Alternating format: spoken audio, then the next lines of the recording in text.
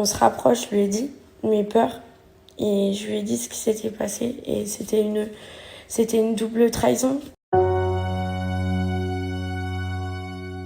Oh là là, son cadeau, j'avais tellement pas envie de lui donner. Et tellement pas. Et en fait, ma femme m'a dit donne-lui quand même et tout. Donc bon. Voilà, je lui ai donné, mais j'avais pas envie. Si ça t'intéresse pas de l'avoir à contre-cœur, mais... En fait, depuis que je suis arrivée dans cette vie-là, tout le monde essaye de me parler. Et je vous dis la vérité, j'avais tellement pas envie d'être sociable. Et je souris et j'essaye de rigoler avec les gens, mais j'avais pas du tout envie de rire avec les gens.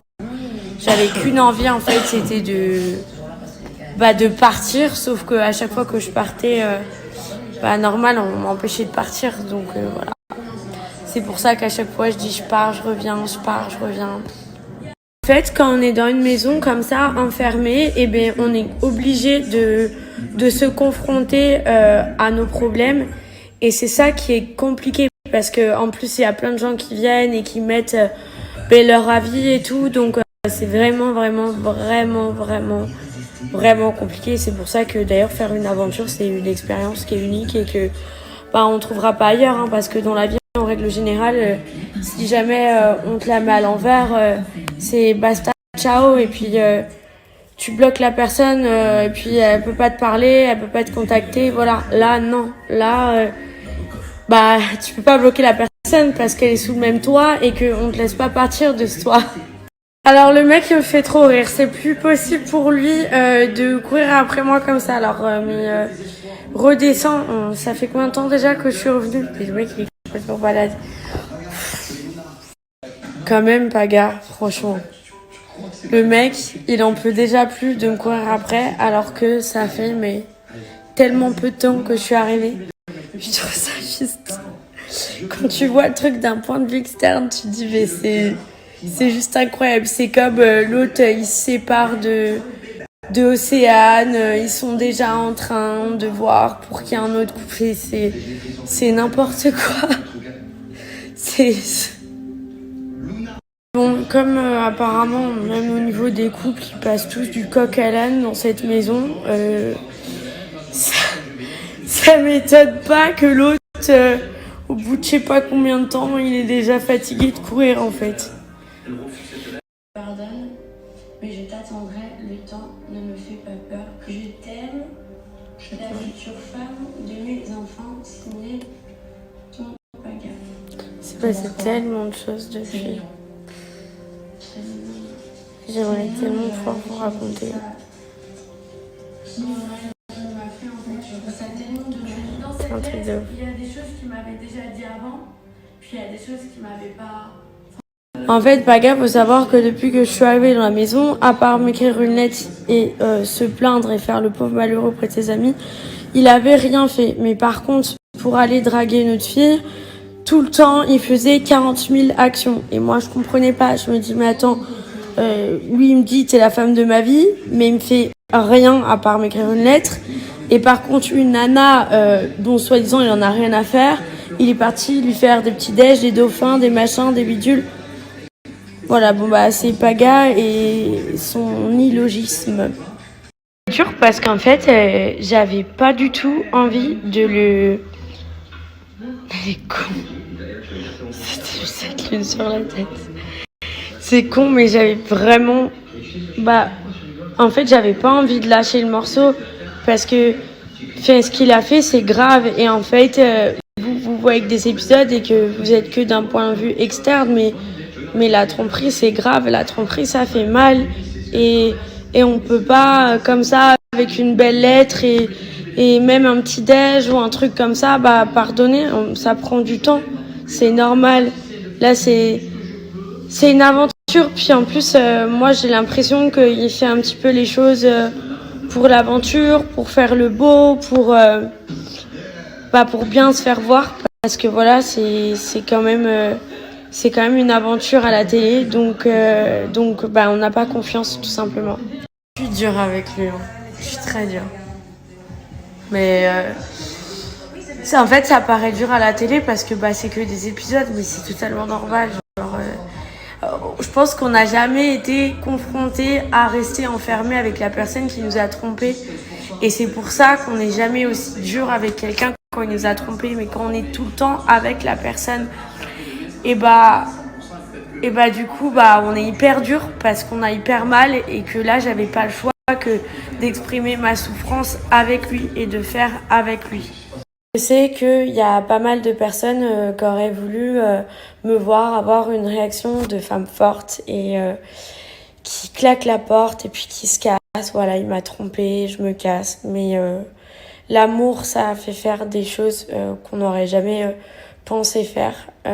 Des choses que j'aurais jamais conseillé à mes propres copines.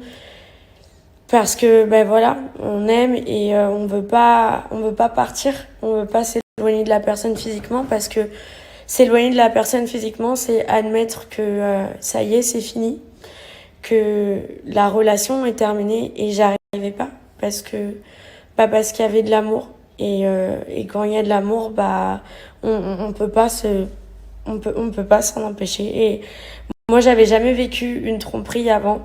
Jamais, et encore moins comme ça, et encore moins dans des conditions comme ça, à avoir la personne avec moi si proche tout le temps. C'était extrêmement dur parce que je l'aimais et je le voyais vraiment, je le voyais blessé et j'étais tellement énervée contre lui et en même temps je l'aime, donc de le voir malheureux comme ça et regretter, ça me faisait mal, mais en même temps je me disais mais comment tu peux être aussi bête, déjà toi pour te mettre dans des situations aussi débiles qui vont te faire souffrir autant que il était en train de souffrir à ce moment-là.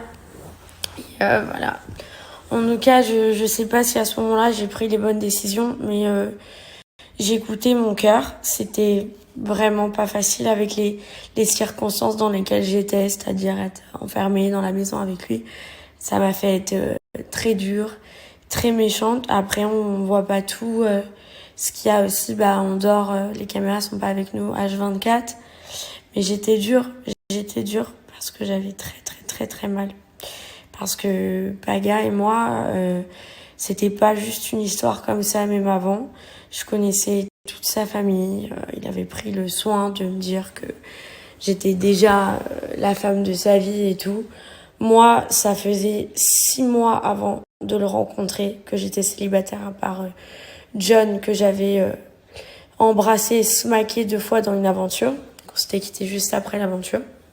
Ça faisait 6 mois que j'étais célibataire, que j'avais pas roulé un patin ou couché avec qui que ce soit, parce que j'avais eu un événement hyper traumatique dans ma vie, que j'avais dit à Paga, et je lui avais dit justement que la prochaine fois que je donnerai mon cœur ou que je donnerai mon corps à quelqu'un, ça sera parce que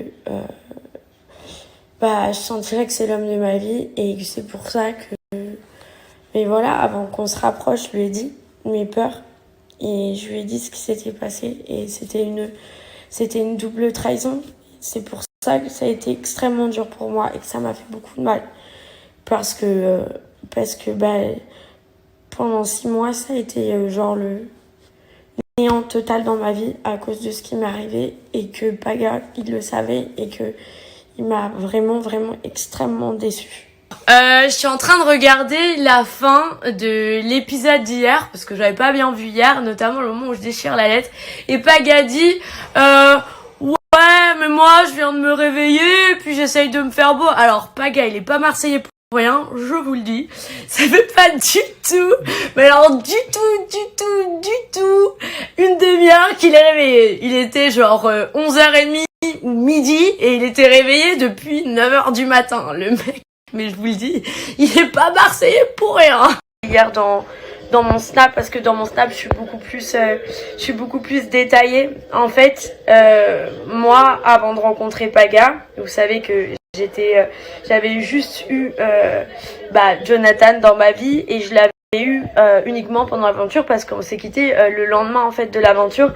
Donc j'avais juste fait 2 ou 3 smacks à Jonathan, pas plus. Avant ça, ça faisait 6 mois que j'avais ni roulé de patin, ni couché avec qui que ce soit. Parce que il m'est arrivé un événement hyper dramatique dans ma vie.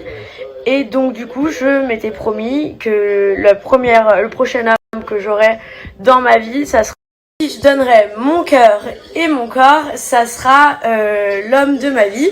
Et en fait, il le sait, il sait exactement pourquoi j'avais été comme ça. J'avais été complètement traumatisée pendant 6 mois, enfermée à rien faire. Et d'ailleurs, c'est les princes qui m'ont fait sortir de tout ça, qui m'ont fait genre voir un petit peu une autre ère. Et pour moi, ça a été une double trahison parce que c'est pas juste trompé en fait, c'est que il m'a trompé en sachant le passé hyper traumatique que j'ai et les promesses que je m'étais faites. Il a su me faire avoir assez confiance en lui pour que je lui donne tout, à savoir mon cœur et mon corps que j'arrivais même plus à donner à moi-même. Et au final, j'arrive et je vois que j'ai pas compris quoi. Vous savez ce qui est ouf, ce qui est trop marrant, c'est que genre je me rends compte que j'ai une élocution quand je suis en ITV qui est hyper particulière parce qu'en fait t'es tellement fatiguée. Genre au début je dormais pas, je faisais que de boire de l'eau, c'était ma seule bouffe. J'avais dû avaler peut-être un quart de fruits et une cuillère de bouffe. Et en gros, j'étais tellement défoncée de fatigue que en ITV, et je buvais un café. J'étais là, je n'arrivais même pas à parler. Tout le monde regarde, dégage. Mais c'est incroyable. C'est incroyable. Oh, ah non, attends, tu vas voir. Ça c'est le pompon sur la Garonne. Parce que c'est ce qu'il voulait. Mais je l'ai pas fait. C'est trop malin. D'accord. En fait, c'est incroyable. Les deux, ils se dédouanent, hein. Les deux, ils se dédouanent, en fait. Les deux, ils ont rien fait. Mais en fait, je pense que c'est les caméras qui mettent des langues dans des bouches. En fait, ce qui est clair, dans cette embrouille, elle est arrivée tout simplement parce que Flo, il a commencé à dire, genre, tu veux pas venir me faire à manger ou je sais plus quoi. Et j'ai dit, non, mais en fait, me mettez pas du tout dans le même bain que ces meufs. Moi, je suis pas comme ces meufs. Je vais pas à droite et à gauche voir un mec, puis un autre et un autre et un autre. Non. Moi, j'ai mon gars. Et même s'il m'a trompé, je l'aime quand même et je suis quand même là pour lui. Il y a pas de je papillonne et je change de culotte comme je change de mec.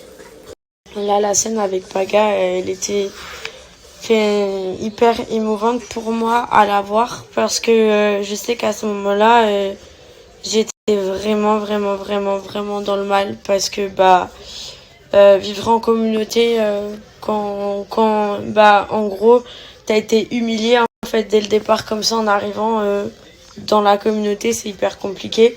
J'avais pas le choix que d'être dans des sauces que j'avais pas forcément envie d'être. Et en fait, moi j'étais juste quelqu'un d'hyper blessé qui vivait avec des gens qui étaient un petit peu en colonie de vacances, à s'amuser, à se mettre en couple avec tout le monde, un peu comme si on était des gosses quoi. Mais moi mon histoire c'était pas une histoire de gosse, c'était une histoire d'amour forte et c'était très compliqué de vivre leur colonie de vacances avec mon histoire.